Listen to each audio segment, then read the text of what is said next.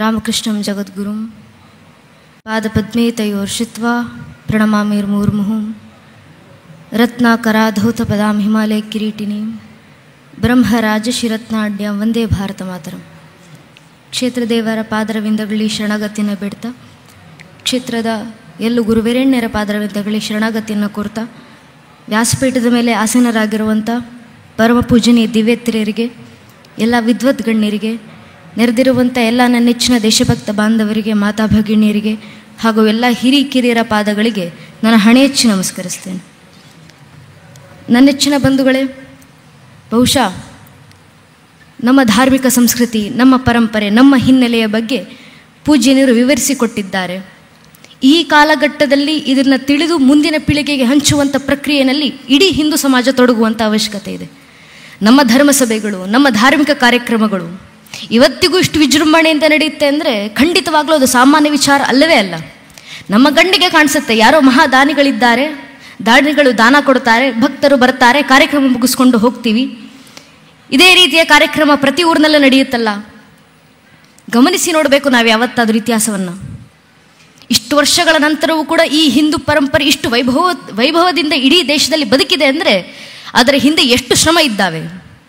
ಕಾರಣ ಇದೇ ದೇವಸ್ಥಾನಗಳನ್ನು ನಾಶ ಮಾಡಬೇಕು, ನಮ್ಮ ಸನಾತನ ಹಿಂದೂ ಪರಂಪರೆ ನಾಶ ಮಾಡಬೇಕು, ಸನಾತನ ಸಂತ ಪರಂಪರೆಯನ್ನು ಮಣ್ಣಲ್ಲಿ ಮಣ್ಣಾಗಿಸಬೇಕು, ನಮ್ಮ ವೇದಗಳು, ನಮ್ಮ ವೇದಾಂತಗಳನ್ನು ನಾಶ ಮಾಡಬೇಕು ಅಂತ ಎಷ್ಟು ಪ್ರಯತ್ನಗಳಾಗಿದ್ವು. ಕಳೆದ 1370ಕ್ಕೂ ಹೆಚ್ಚು ವರ್ಷಗಳ ಕಾಲ ನಿರಂತರ ದಾಳಿಯಾಗಿದೆ ಸನಾತನ ಧರ್ಮದ ಮೇಲೆ. ಈ ಸನಾತನ ಧರ್ಮದ ನಾಶ ಮಾಡಬೇಕು ಅಂತ ಏಕೈಕ ಉದ್ದೇಶದಿಂದ. ಯಾವತ್ತಾದರೂ ಇತಿಹಾಸದ ಪುಟಗಳನ್ನ ತಿರುವು ಹಾಕಿ ನೋಡಿದಾಗ ನಮ್ಗೆ ಅರ್ಥ ಆಗುತ್ತೆ. ಇದೇ ಜಗತ್ತಿನಲ್ಲಿ ಪ್ರಾಚೀನ ಅಂತ ಕರೆಸ್ಕೊಂಡಂಥ 10 ಜನಾಂಗಗಳಿದ್ವು. ಎಲ್ಲೋದ್ವು ಆ ಪ್ರಾಚೀನ ಜನಾಂಗಗಳು? ಎಲ್ಲೋಯ್ತು ಜಗತ್ತಿನ ಮುಂದೆ ಪಿರಮಿಡ್ಗಳನ್ನು ಕಟ್ಟಿ ಮೆರೆದಂಥ ಈಜಿಪ್ಷಿಯನ್ ಜನಾಂಗ? ಎಲ್ಲೋಯ್ತು ಜಗತ್ತನ್ನು ಆಳಲಿಕ್ಕೆ ಬಿಚ್ಚುಗತ್ತಿ ಹಿಡಿದು ಬಂದಂಥ ಗ್ರೀಕ್ ಜನಾಂಗ? ಎಲ್ಲೋಯ್ತು ಜಗತ್ತಿಗೆ ಭಾಷಾಶಾಸ್ತ್ರ ಪರಿಚಯಿಸಿಕೊಟ್ಟಂಥ ಪರ್ಷಿಯನ್ ಜನಾಂಗ? ಎಲ್ಲೋಯ್ತು ಬಾಬ್ಲೋನಿಯನ್ ಜನಾಂಗ? ಎಲ್ಲೋಯ್ತು ಮೆಸೊಪೊಟೇಮಿಯನ್ ಜನಾಂಗ? ಪ್ರಾಚೀನ ಅಂತ ಕರೆಸ್ಕೊಂಡಂಥ ಜಗತ್ತಿನ 10 ಜನಾಂಗಗಳು, 35 ಜನಾಂಗಗಳು ಸುಮಾರು ಮಣ್ಣಲ್ಲಿ ಮಣ್ಣಾಗಿ ಹೋಗಿದ್ದಾವೆ. ನಮ್ಮ ಕಣ್ಣು ಮುಂದೆ ಕಣ್ಣು ತೆರೆದಂಥ 106 ಮತಪಂಥಗಳು ಕಣ್ಮರೆಯಾಗಿ ಹೋಗಿದ್ದಾವೆ. ಯಾಕೆ? ತಮ್ಮ ಮೇಲಾದಂಥ 10, 20, 40, 50 ವರ್ಷದ ದಾಳಿಗಳನ್ನ ಪರಿಕೆಯ ಒಂದೇ ಒಂದು ಜನಾಂಗದ ದಾಳಿಯನ್ನ ತಡೆಯುವಷ್ಟು ಸಾಮರ್ಥ್ಯ ಇಲ್ಲದೆ ಈ ಪ್ರಾಚೀನ ಜನಾಂಗಗಳು ಮಣ್ಣಲ್ಲಿ ಮಣ್ಣಾಗಿ ಹೋದು, ಇತಿಹಾಸದ ಮುಖಪುಟಗಳಿಂದ ಅಳಿಸಿ ಹೋದ್ವು. ಇವತ್ತು ಆ ಪ್ರಾಚೀನ ಜನಾಂಗಗಳನ್ನ ನಾವು ದಿ ಡೆಡ್ ಸಿವಿಲೈಸೇಷನ್ ಅಂತ ಕರಿತೀವಿ, ಸತ್ತ ಜನಾಂಗ. ಆ ಜನಾಂಗಗಳು ಮಾತಾಡ್ತಿದ್ದಂಥ ಭಾಷೆಯನ್ನ ದಿ ಡೆಡ್ ಲ್ಯಾಂಗ್ವೇಜ್ ಅಂತ ಕರಿತೀವಿ. ಆ ಜನಾಂಗಗಳು ಆರಾಧಿಸಿದಂಥ ದೇವರುಗಳನ್ನ ದಿ ಡೆಡ್ ಗಾಡ್ಸ್ ಅಂತ ಕರಿತೀವಿ, ಸತ್ತ ದೇವರುಗಳು. ಯಾಕೆ? ಆ ಜನಾಂಗಕ್ಕೆ ಸೇರಿದಂಥ ಆ ದೇವರುಗಳನ್ನ ಆರಾಧಿಸ್ಲಿಕ್ಕೆ ಆ ಜನಾಂಗದ ಒಬ್ಬ ವ್ಯಕ್ತಿ ಇವತ್ತು ಜೀವ ಸಹಿತ ಜಗತ್ತಿನಲ್ಲಿ ಉಳಿದಿಲ್ಲ. ಮಣ್ಣಲ್ಲಿ ನಾಶವಾಗಿ ಹೋದವಲ್ಲ ಆ ಜನಾಂಗಗಳು. ಆದ್ರೆ ನಮ್ಮ ಸನಾತನ ಧರ್ಮದ ಮೇಲೆ 10, 20, 40, 50 ವರ್ಷ ಅಲ್ಲ ನನ್ನ ನೆಚ್ಚಿನ ಬಂಧುಗಳೇ, 1370ಕ್ಕೂ ಹೆಚ್ಚು ವರ್ಷ ನಿರಂತರ ದಾಳಿ ಆಯಿತು. ಇಷ್ಟು ವರ್ಷ ನಮ್ಮ ಮೇಲೆ ದಾಳಿ ಮಾಡಿದವರು ಒಂದೆರಡು ಪರಕೀಯ ಜನಾಂಗ ಅಲ್ಲ, ಎಷ್ಟು ಪರಕೀಯ ಜನಾಂಗಗಳ ಸರಣಿ ದಾಳಿಗಳು. ಮೊಘಲರು ಬಂದರು, ತುರ್ಕರು ಬಂದರು, ಅರಬ್ಬರು ಬಂದರು, ಅಫ್ಘನರು ಬಂದರು, ಪೋರ್ಚುಗೀಸರು ಬಂದರು, ಡಚ್ಚರು ಬಂದರು, ಫ್ರೆಂಚರು ಬಂದರು, ಇಂಗ್ಲಿಷರು ಬಂದರು, ಶಕರು ಬಂದರು, ಹೂಣರು ಬಂದರು. ಇವರೆಲ್ಲರೂ ಬಂದು ನಮ್ಮ ಮೇಲೆ ದಾಳಿ ಮಾಡಿದ ನಂತರವೂ ಇವತ್ತಿಗೂ ಸನಾತನ ಹಿಂದೂ ಧರ್ಮವಾಗಿ ಜೀವಂತವಾಗಿದೆ. ಜಗತ್ನಲ್ಲಿ 100 ಕೋಟಿ ಹಿಂದೂಗಳು ಇವತ್ತಿಗೂ ಧರ್ಮಾಚರಣೆ ಮಾಡ್ತೀವಿ. ಅಷ್ಟು ಯಾಕೆ? ಇದು ನಮ್ಮದೇ ದೇವಸ್ಥಾನದ ಮೇಲೆ ಟಿಪ್ಪು ಸುಲ್ತಾನನ ದಾಳಿ ಆದಾಗಲೂ ಕೂಡ ಅದನ್ನ ತಡಿಲಿಕ್ಕೆ ಮಾನವರು ನಿತ್ರೋ ಇಲ್ಲವೋ ಗೊತ್ತಿಲ್ಲ, ಭಗವಂತನಿದ್ದು ಕಾಯ್ದುಕೊಂಡಿದ್ದಾನೆ ಈ ದೇವಸ್ಥಾನವನ್ನ, ಈ ಧರ್ಮಕ್ಷೇತ್ರವನ್ನ. ಈ ಧರ್ಮ ರಕ್ಷಣೆ ಮಾಡಲಿಕ್ಕೆ ಮನುಷ್ಯರು ಪರಿಶ್ರಮ ಪಟ್ಟಿದ್ದಾರೆ. ಭಗವಂತ ಖುದ್ದು ನಿಂತು ಧರ್ಮ ರಕ್ಷಣೆಯನ್ನ ಮಾಡಿದ್ದಾನೆ. ಯಾಕೆ? ಇದು ಭಗವಂತ ಕೊಟ್ಟಂತ ಮಾತು. ಇಡೀ ಭಗವದ್ಗೀತೆಯ ಕೊನೆಯ 18ನೇ ಅಧ್ಯಾಯದ ಕೊನೆ 78ನೇ ಶ್ಲೋಕ, ಗೀತಾಚಾರ್ಯ ಕೃಷ್ಣ ಅರ್ಜುನನಿಗೆ ನೀಡಿದಂಥ ಕೊನೆಯ ಮಾತು, ಯತ್ರ ಯೋಗೇಶ್ವರ ಕೃಷ್ಣ ಯತ್ರ ಪಾರ್ಥ ಧನುರ್ಧರಃ ತತ್ರ ಶ್ರೀ ವಿಜಯಾಭೂರ್ತಿ ಧ್ರುವಾನಿತಿರ್ಮತಿರ್ಮಮ. ಎಲ್ಲಿ ನಾನು ಯೋಗೇಶ್ವರ ಕೃಷ್ಣ ಇರ್ತೀನೋ, ಎಲ್ಲಿ ನನ್ನನ್ನು ಪಾಲಿಸುವಂತ ಭಕ್ತಾದಿಗಳಿರ್ತೀರೋ ಅಲ್ಲೆಲ್ಲ ನಿತ್ತು ಧರ್ಮ ರಕ್ಷಣೆ ಮಾಡುವಂತ ಕೆಲಸಕ್ಕೆ ನಾನೇ ಮುಂದೆ ಬರ್ತೀನಿ ಅಂತ ಭಗವಂತ ಕೊಟ್ಟಂತ ಮಾತು. ಅಲ್ಲೆಲ್ಲ ಧರ್ಮ ಕಾರ್ಯಕ್ಕೆ ನಾನ್ ಜಯವನ್ನ ತಂದು ಕೊಡ್ತೀನಿ. ಮಾತು ಹೇಳಿದ್ದು ಸಾಮಾನ್ಯರ. ಧರ್ಮ ರಕ್ಷಣೆಗೆ ನಾನು ನಿಂತಿದ್ದೀನಿ, ಧರ್ಮ ಕೆಲಸಕ್ಕೆ ನಾನು ಜಯವನ್ನು ತಂದು ಕೊಡ್ತೀನಿ ಹೇಳಿದ್ಯಾರು ಮಾತನ್ನ? ಭಗವದ್ಗೀತೆಯನ್ನು ಓದಿದಾಗ ನಮ್ಗೆ ಅರ್ಥ ಆಗೋದು ಸಾಮಾನ್ಯ ಮನುಷ್ಯರು ಆಡಿದಂಥ ಮಾತಲ್ಲ. ಮನುಷ್ಯರು ಬರೆದಿಟ್ಟು ಹೋದಂಥ ಸಾಹಿತ್ಯವಲ್ಲ, ಮನುಷ್ಯರು ಬರೆದಿಟ್ಟು ಹೋದಂಥ ಪುಸ್ತಕ ಅಲ್ಲ, ಅದು ಭಗವಂತನ ನುಡಿ.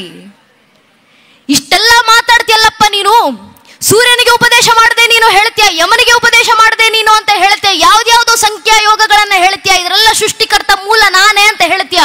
ಜಗತ್ತಿನಲ್ಲಿ ಯಾವುದೂ ಜಡವಸ್ತು ಇಲ್ಲ, ಎಲ್ಲಾ ವಸ್ತುಗಳಲ್ಲೂ ಚೈತನ್ಯ ತುಂಬಿ ನಿಂತಿರುವಂತ ಚೈತನ್ಯ ಮೂರ್ತಿ ನಾನೇ ಅಂತ ಬೇರೆ ಹೇಳ್ಕೊಂತೀಯ. ನೀನ್ ಯಾರು? ಇಷ್ಟೆಲ್ಲ ಉಪದೇಶ ನನಗೆ ಮಾಡದಲ್ಲ, ನೀನ್ ಯಾರಪ್ಪ ಈ ಮಾತನ್ನು ಹೇಳ್ತಿರೋದು ಅಂತ ಅರ್ಜುನ ಕೃಷ್ಣನಿಗೆ ಪ್ರಶ್ನೆ ಮಾಡಿದಾಗ 11ನೇ ಅಧ್ಯಾಯದಲ್ಲಿ ವಿಶ್ವರೂಪ ಸಂದರ್ಶನವನ್ನು ತೋರಿದಂತ ವಿರಾಟ ಸ್ವರೂಪದಲ್ಲಿ ನಿಂತಂತ ಕೃಷ್ಣ ಪರಮಾತ್ಮ ಅರ್ಜುನನಿಗೆ ಹೇಳಿದ್ದು ಭಗವದ್ಗೀತೆ ಹೇಳಿದ್ಯಾರು? ಅಹಂ ಆತ್ಮ ಗುದಾಕೇಶ ಸರ್ವಭೂತಶ ಸ್ಥಿತ ಆಮಾದಿಶ್ಯ ಮಧ್ಯಂಚ ಭೂತಾನಮಂತೇವಚ. ಅರ್ಜುನ, ಆದಿಯೂ ನಾನೇ, ಅಂತ್ಯವೂ ನಾನೇ, ಭೂತಕಾಲವೂ ನಾನೇ, ಭವಿಷ್ಯತ್ ಕಾಲವೂ ನಾನೇ, ಪ್ರಸ್ತುತ ಕಾಲವೂ ನಾನೇ. ಜಗತ್ತಿನ ಪ್ರಕೃತಿಯ ಅಣು ರೇಣು ತೃಣ ಕಾಷ್ಟೆ ಕಣ ಕಣದಲ್ಲೂ ವಾಸಿಸುವಂತ ಆತ್ಮಗಳನ್ನು ನಿಗ್ರಹಿಸುವಂತ ಪರಮಾತ್ಮ ಭಗವಂತ ಅಂತ ಜಗತ್ತಿನಲ್ಲಿ ಯಾರಾದ್ರೂ ಇದ್ರೆ ಅದು ನಾನೊಬ್ಬನೇ, ಶ್ರೀಕೃಷ್ಣ ಪರಮಾತ್ಮ. ಇದನ್ ಜಗತ್ತಿಗೆ ಘಂಟಾಘೋಷವಾಗಿ ಸಾರಿಬಿಡುವಂತ ಅರ್ಜುನನ ಮೂಲಕ ಕೃಷ್ಣ ಉಪದೇಶ ಮಾಡಿದ್ರು. ನಾನು ಭಗವಂತನಿತ್ತು ಮಾತನ್ನ ಕೊಟ್ಟಿದ್ದೀನಿ, ಧರ್ಮ ರಕ್ಷಣೆಗೆ ನಾನು ನಿಂತಿದ್ದೀನಿ. ಭಗವಂತ ಧರ್ಮ ರಕ್ಷಣೆಗೆ ನಿಂತಿರಬೇಕಾದ್ರೆ ನಮ್ಮ ಕೆಲಸ ಯಾವುದು? ಕೃಷ್ಣನೇ ಹೇಳಿದ್ದಾರೆ, ನಮೇ ಪಾರ್ಥಾಸಿ ಕರ್ತವ್ಯಂ ತ್ರಿಶುಲೋಕೇಶು ಕಿಂಚನ. ಪಾರ್ಥ, ಅರ್ಜುನ, 3 ಲೋಕಗಳಲ್ಲೂ ನಾನು ಮಾಡಬೇಕಾಗಿರುವಂತ ಕೆಲಸ ಯಾವುದು ಇಲ್ಲಪ್ಪ. ನಾನು ಎಲ್ಲ ಬಂಧಗಳನ್ನ ಮೀರಿ ನಿಂತವನು, ನನಗೆ ಗುಣಗಳು ಇಲ್ಲ, ನಾನು ತ್ರಿಗುಣಾತೀತನು. ಎಲ್ಲವನ್ನು ಮೀರಿ ನಿಂತಂತ ನಾನು ಯುಗ ಯುಗಕ್ಕೂ ಅವತರಿಸಿ ಬರ್ತೀನಿ ಭೂಮಂಡಲದಲ್ಲಿ. ಯಾಕೆ? ಮನುಷ್ಯ ಪಾರ್ಥ ಸರ್ವಶಃ, ನಾನು ಮಾಡಿದ್ದನ್ನ ನೋಡಿ ಮನುಷ್ಯರು ಮಾಡ್ತಾರೆ. ಅಕಸ್ಮಾತ್ ನಾನು ಧರ್ಮ ರಕ್ಷಣೆಗೆ ಮುಂದೆ ಬರಲಿಲ್ಲ, ನಾನು ಧರ್ಮದ ಕೆಲಸ ಮಾಡಲಿಲ್ಲ ಅಂದ್ರೆ ಭಗವಂತನೇ ಧರ್ಮದ ಕೆಲಸ ಮಾಡಲಿಲ್ಲ, ಮನುಷ್ಯರಾಗಿ ನಾವ್ಯಾಕೆ ಮಾಡಬೇಕು ಅಂತ ಮನುಷ್ಯರು ಸುಮ್ಮನಾಗ್ಬಿಡ್ತಾರಪ್ಪ. ಆ ಮಾನವರಿಗೆ ಧರ್ಮ ಕೆಲಸ ಮಾಡ್ಲಿಕ್ಕೆ ಪ್ರೇರಣೆ ಕೊಡ್ಲಿಕ್ಕೆ ನಾನು ಯುಗ ಯುಗಕ್ಕೂ ಅವತರಿಸಿ ಬಂದು ಧರ್ಮ ಕಾರ್ಯ ಮಾಡ್ತೀನಿ ಅಂತ ಕೃಷ್ಣ ಕೊಟ್ಟಂತ ಉಪದೇಶ. ನಿಮ್ಮ ಧರ್ಮ ಕಾರ್ಯಕ್ಕೆ ನಾನು ಜಯ ತಂದು ಕೊಡ್ತೀನಿ, ನೀವು ಧರ್ಮದ ಹಾದಿನಲ್ಲಿ ನಡೀರಿ ಸಾಕು. ಕೃಷ್ಣನ ಉಪದೇಶ, ಕೃಷ್ಣನ ಮಾರ್ಗದರ್ಶನ, ಭಗವಂತ ಕೊಟ್ಟಂತ ಆ ಮಾರ್ಗದರ್ಶನದಲ್ಲಿ ನಡೆಯುವಂತ ಅವಶ್ಯಕತೆ ಇವತ್ತು ನಮಗಿದೆ. ಧರ್ಮ ರಕ್ಷಣೆಯ ಹಾದಿ, ಧರ್ಮದ ಕೆಲಸವನ್ನ ಮಾಡ್ತಾನೆ ಜೀವನ ಬದುಕಬೇಕು ನಾವು. ಈಶಾವಾಸಿ ಉಪನಿಷತ್ತಿನ 2ನೇ ಮಂತ್ರ, ಕುರುವನ್ನೇವೇಹ ಕರ್ಮಾಣಿ ಜಿಜೀವಿಶೇಷದ ಗುಂ ಸಮಾಹ. ಮನುಷ್ಯ 100 ವರ್ಷ ಬದುಕಬೇಕು ಜಗತ್ನಲ್ಲಿ. ಶತಾಯುಷ್ಮಾನ್ ಭವ ಅಂತ ಆಶೀರ್ವಾದ ಮಾಡ್ತಾರಲ್ಲ ಹಿರಿಯರು, 100 ವರ್ಷ ಬದುಕಪ್ಪ ಸುಖವಾಗಿ. 100 ವರ್ಷ ಹೇಗೆ ಬದುಕಬೇಕು? ಕುರುವನ್ನೇವೇಹ ಕರ್ಮಾಣಿ, ಧರ್ಮ ಕರ್ಮವನ್ನ ಮಾಡ್ತಾ 100 ವರ್ಷ ಬದುಕಬೇಕು. ಅದು ಸಾರ್ಥಕ 100 ವರ್ಷದ ಜೀವನ. ಅಂತ ಜೀವನ ಬದುಕುವಂತ ಪ್ರೇರಣೆಯನ್ನ ತೊಡೋಣ, ಧರ್ಮಕ್ಕೋಸ್ಕರ ಕೆಲಸ ಮಾಡೋಣ, ಧರ್ಮ ರಕ್ಷಣೆಗೋಸ್ಕರ. ನನ್ನ ನಿಮ್ಮ ಪೂರ್ವಿಕರು ಎಷ್ಟೆಲ್ಲ ಶ್ರಮ ಪಟ್ಟಿದ್ರು, ಆ ಧರ್ಮ ಇವತ್ತು ನಮ್ಮ ಕೈಗೆ ಬಂದು ಸೇರಿದೆ. ಒಂದಲ್ಲ ಒಂದು ರೀತಿಯಲ್ಲಿ ಒಂದು ಕಾಲದಲ್ಲಿ ಪರಶುರಾಮರು ನಿಂತು ಯಾವ ಇಡೀ ತುಳುವ ಸಂಸ್ಕೃತಿಯನ್ನು, ನಾವು ಪರಂಪರೆಯನ್ನು ಮುಂದುವರಿಸ್ತಿದ್ದೀವಲ್ಲ, ಇದೇ ತುಳುನಾಡಿನ ಸಂಸ್ಕೃತಿಯನ್ನು ಸೃಷ್ಟಿ ಮಾಡಿದಂತ ಇಡೀ ದೇಶದಲ್ಲಿ, ಇಡೀ ಜಗತ್ತಿನಲ್ಲಿ ಧರ್ಮ ನಾಶದ ಅಂಚಿಗೆ ಬಂದು ತಲುಪಿ ನಿಂತಾಗ ಧರ್ಮದ ಉದ್ಭವ, ಧರ್ಮದ ಉದ್ದೀಪನ ಈ ಒಂದು ಕ್ಷೇತ್ರದಿಂದ ಆಗಬೇಕು ಅಂತ ತುಳುನಾಡಿನ ಕ್ಷೇತ್ರವನ್ನೇ ಸ್ಥಾಪನೆ ಮಾಡಿದಷ್ಟೇ ಅಲ್ಲದೆ, ಇದೇ ಮಧೂರಿನ ಇದೇ ಇತಿಹಾಸದಲ್ಲಿ ಬ್ರಹ್ಮಾಂಡ ಪುರಾಣದಲ್ಲಿ ಉಲ್ಲೇಖವಾಗಿರುವಂತ ಮಾತು, ಪರಶುರಾಮರು ಇಲ್ಲಿಗೆ ಬಂದಿದ್ದಾರೆ, ಇಲ್ಲಿ ತಮ್ಮ ದರ್ಶನವನ್ನು ಕೊಟ್ಟು ಇಲ್ಲಿ ಆಶೀರ್ವಾದವನ್ನು ಪಡೆದು ಹೋಗಿದ್ದಾರೆ ಅಂತ. ಆ ಪರಶುರಾಮರು ಹೇಳಿದಂತ ಮಾತು, ಅಗ್ರಸ್ಥೋ ಚತುರೋ ವೇದ ಪೃಷ್ಠತಂ ಶಶರಂ ಧನುಹು ಇದಂ ಬ್ರಾಹ್ಮಮಿದಂ ಕ್ಷಾತ್ರಂ ಶಾಪಾದಪಿ ಶರಾದಪಿ. ಮಸ್ತಕದಲ್ಲಿ ಚತುರ್ವೇದಗಳ ಜ್ಞಾನಗಳು ತುಂಬಿದ್ದಾವೆ, ಬೆನ್ನಿನಲ್ಲಿ ಬಾಣಗಳ ಬತ್ತಳಿಕೆಗಳು ತುಂಬಿದ್ದಾವೆ. ವೈಚಾರಿಕವಾಗಿ ಯುದ್ಧ ಮಾಡ್ಲಿಕ್ಕೆ ಬರ್ತೀರಾ? ಬನ್ನಿ ಬ್ರಹ್ಮ ತೇಜಸ್ಸಿನಿಂದ ಎದುರಿಸ್ತೀವಿ. ನೇರ ಯುದ್ಧ ಮಾಡ್ತೀರಾ? ಬನ್ನಿ ಕ್ಷಾತ್ರ ತೇಜಸ್ಸಿನಿಂದ ಎದುರಿಸ್ತೀವಿ. ಶಾಪಾದಪಿ ಶರಾದಪಿ, ಯಾವ ರೀತಿ ಬಂದ್ರೂ ಪರವಾಗಿಲ್ಲ, ಧರ್ಮ ರಕ್ಷಣೆಗೆ ನಾವು ಸಿದ್ಧ ಅಂತ ಪರಶುರಾಮರು ಕೊಟ್ಟಂತ ಆ ಮಾತನ್ನ ಪ್ರೇರಣೆಯಾಗಿ ಹಿಡಿದು ಅಂದಿನಿಂದ ಇಂದಿನ ಕಾಲದವರೆಗೂ ಧರ್ಮ ರಕ್ಷಣೆಯನ್ನ ನನ್ನ ನಿಮ್ಮ ಪೂರ್ವಿಕರು ಮಾಡಿ ಬಂದಿದ್ದಾರಲ್ಲ. ಧರ್ಮ ಪರಂಪರೆ, ಧರ್ಮ ಜ್ಞಾನ, ಧರ್ಮ ಸಂಸ್ಕೃತಿಯ ರಕ್ಷಣೆಗೆ ಎಷ್ಟರ ಮಟ್ಟಿಗೆ ಪ್ರಯತ್ನ ಪಟ್ಟಿದ್ದಾರೆ ಮನುಷ್ಯ ಬಿಡಿ. ಭಗವಂತ ಧರೆಗಿಳಿದ ಅವತಾರ ಶ್ರೀಕೃಷ್ಣ ಪರಮಾತ್ಮ ಕುರುಕ್ಷೇತ್ರ ರಣರಂಗದಲ್ಲಿ ನಿಂತಿದ್ದಾರೆ. ಶರಾಶದ ಮೇಲೆ ಭೀಷ್ಮ ಪಿತಾಮಹರು ಮಲಗಿದ್ದಾರೆ. ಅದನ್ನು ನೋಡಿದಂತ ಕೃಷ್ಣನ ಬಾಯಿಂದ ಬಂದಂತ ಉದ್ಗಾರ ಶ್ರೀವ್ಯಾಸರು ಬರೀತಾರೆ, ತಸ್ಮಿನ್ ಅಸ್ತಂಗತೆ ಭೀಷ್ಮೆ ಪಾಂಡವಾನಂ ಧುರಂದರೆ. ಅಸ್ತಂಗತರಾಗ್ತಿದ್ದಾರಪ್ಪ ಅಲ್ಲಿ ಭೀಷ್ಮ ಪಿತಾಮಹರು.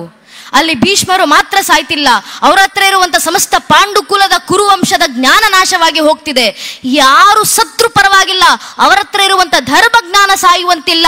ಆದ್ರಿಂದ ಸಮಸ್ತ ಪಾಂಡವರು ಹೋಗಿ ಭೀಷ್ಮ ಪಿತಾಮಹರ ಪದದಲ್ಲದಲ್ಲಿ ಕೂತು ಅವರ ಹತ್ರ ಇರುವಂತ ಜ್ಞಾನ ಭಂಡಾರವನ್ನ ಸ್ವೀಕರಿಸಿ ಬನ್ನಿ ಅಂತ ಕೃಷ್ಣ ಪರಮಾತ್ಮ ಪಾಂಡವರನ್ನ ಕಳಿಸಿದ್ರು. ಆಗ ಪಾಂಡವರು ಭೀಷ್ಮ ಪಿತಾಮಹರ ಪದದಲ್ಲದಲ್ಲಿ ಕೂತು ಕೈ ಮುಗಿದು ಧರ್ಮ ಜ್ಞಾನವನ್ನ ಬೇಡಿದಾಗ ಭೀಷ್ಮ ಪಿತಾಮಹರು ಕೊಟ್ಟಂತ ಧರ್ಮ ಜ್ಞಾನ, ತಮ್ಮ ಕೊನೆ ಕ್ಷಣಗಳಲ್ಲಿ ಆಡಿದಂತ ಮಾತು, ಅದನ್ನೇ ಇವತ್ತು ವಿಷ್ಣು ಸಹಸ್ರನಾಮ ಅಂತ ದೇಶದ 100 ಕೋಟಿ ಹಿಂದೂಗಳು ಮನೆಗಳಲ್ಲೂ ಪ್ರತಿನಿತ್ಯ ಪಠಿಸ್ತಾರೆ. ಪ್ರಕಟಿಸ್ತಾ ಇದ್ದೀವಿ. ಭಗವಂತ ತೊಟ್ಟಂತ ಸಂಕಲ್ಪ ಧರ್ಮ ಪರಂಪರೆ ರಕ್ಷಣೆ ಆಗಬೇಕು. ಮತ್ತೊಬ್ಬರ ದೇಹತ್ಯಾಗ ಬಿಡಿ, ಕೃಷ್ಣನ ಅವತಾರ ಸಮಾಪ್ತಿ. 104 ವರ್ಷ ಆಗಿದೆ ಶ್ರೀಕೃಷ್ಣ ಪರಮಾತ್ಮರಿಗೆ. ಇನ್ನು 6 ತಿಂಗಳುಗಳಲ್ಲಿ ಶ್ರೀಕೃಷ್ಣ ಪರಮಾತ್ಮರ ಅವತಾರ ಸಮಾಪ್ತಿ ಆಗಬೇಕು. ಆಗ ಕೃಷ್ಣ ಉದ್ಧವನನ್ನು ಕರೆದು ಹೇಳ್ತಾರೆ, ಉದ್ಧವ, ಇನ್ನು 6 ತಿಂಗಳುಗಳಲ್ಲಿ ನನ್ನ ಅವತಾರ ಸಮಾಪ್ತಿ. ನಾನು ಸತ್ತರೂ ಪರವಾಗಿಲ್ಲ, ನನ್ನ ಹತ್ರ ಇರುವಂಥ ಧರ್ಮಜ್ಞಾನ ಸಾಯುವಂತಿಲ್ಲ. ನನ್ನಲ್ಲಿರುವಂಥ ಸಮಸ್ತ ಧರ್ಮಜ್ಞಾನವನ್ನು ನಿನಗೆ ದಾರಿ ಎರೆದು ಕೊಡ್ತೀನಿ. ನಿನಗೆ ಕೊಟ್ಟಂಥ ಧರ್ಮಜ್ಞಾನವನ್ನು ತಲೆ ಮೇಲೆ ಹೊತ್ತುಕೊಂಡು ಬದರಿ ಆಶ್ರಮಗಳಿಗೆ ಹೋಗು. ಹಿಮಾಲಯದಿಂದ ಗಂಗೆ ಹರಿದು ಬಂದ ಹಾಗೆ ಬದರಿ ಆಶ್ರಮದ ಋಷಿಮುನಿಗಳ ಬಾಯಿಂದ ಜ್ಞಾನಗಂಗೆಯೂ ಭಾರತದಾದ್ಯಂತ ಹರಿದು ಬರಲಿ ಅಂತ ಕೃಷ್ಣ ಕೊಟ್ಟಂತ ಪ್ರೇರಣೆ. ತನ್ನ ಅವತಾರ ಸಮಾಪ್ತಿಗೂ ಮುಂಚೆ ಮಾಡಿದಂಥ ಕೊನೆ ಉಪದೇಶಗಳಲ್ಲಿ ಒಂದು ಉದ್ಧವ ಗೀತೆ ಉಪದೇಶ ಉದ್ಧವನಿಗೆ ಆ ಸಂದರ್ಭದಲ್ಲಿ. ಯಾಕೆ? ಒಂದು ತುಡಿತ, ಈ ಪರಂಪರೆ ಉಳಿಬೇಕು, ಈ ಸಂಸ್ಕೃತಿ ಬದುಕಬೇಕು, ಈ ಧರ್ಮ ಜೀವಂತವಾಗಿರಬೇಕು. ಆ ಒಂದು ತುಡಿತಕ್ಕೋಸ್ಕರ, ಆ ಒಂದು ತುಡಿತದಿಂದ ಈ ಧರ್ಮವನ್ನು ಉಳಿಸಿ ಇಷ್ಟು ಶತಮಾನಗಳ ನಂತರವೂ ಧರ್ಮವನ್ನು ಜೀವಂತವಾಗಿಟ್ಟುಕೊಂಡು ಬಂದಿದ್ದಾರೆ. ಅದರ ಉತ್ತರಾಧಿಕಾರಿಗಳಾಗಿ ಇವತ್ತು ನಾವಿಲ್ಲಿ ಕೂತಿರೋದು. ನಮ್ಮ ವೇದಾಂತಗಳ ವಾರಸುದಾರರು ನಾವುಗಳು. ನಮ್ಮ ಮಠ ಮಂದಿರಗಳನ್ನು ನಾವೇ ರಕ್ಷಣೆ ಮಾಡ್ಕೊಳ್ಬೇಕು. ಹಿಂದೂ ಧರ್ಮದಲ್ಲಿ